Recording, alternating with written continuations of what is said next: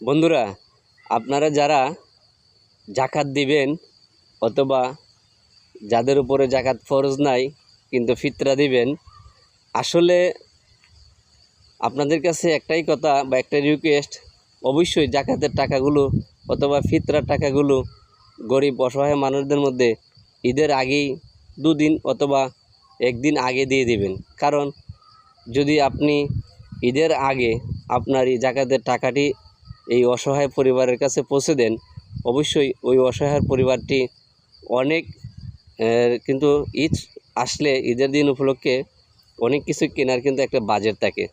বড় লোকের যেমন বড় বাজেট থাকে, ছোটো লোকের কিন্তু ছোটো বাজেট থাকে। কেউ কিন্তু 10,000 টাকার একটা কাপড় কিনে কিন্তু খুশি, আবার দেখা যায় কেউ 1,000 টাকার একটা কাপড় কিনতে কিন্তু খুশি। আসলে ভাই, আপনার আয়ের উপরে কিন্তু আপনার ব্যয় এবং চাহিদা এবং পছন্দটা নির্ভর করে। তো আমার একটা রিকোয়েস্ট হবে, আপনারা যারা জাকাত দিবেন অথবা ফিতরা দিবেন, অবশ্যই ঈদের আগে 1 দিন অথবা 2 দিন আগে এটা মানুষকে দিয়ে দিবেন।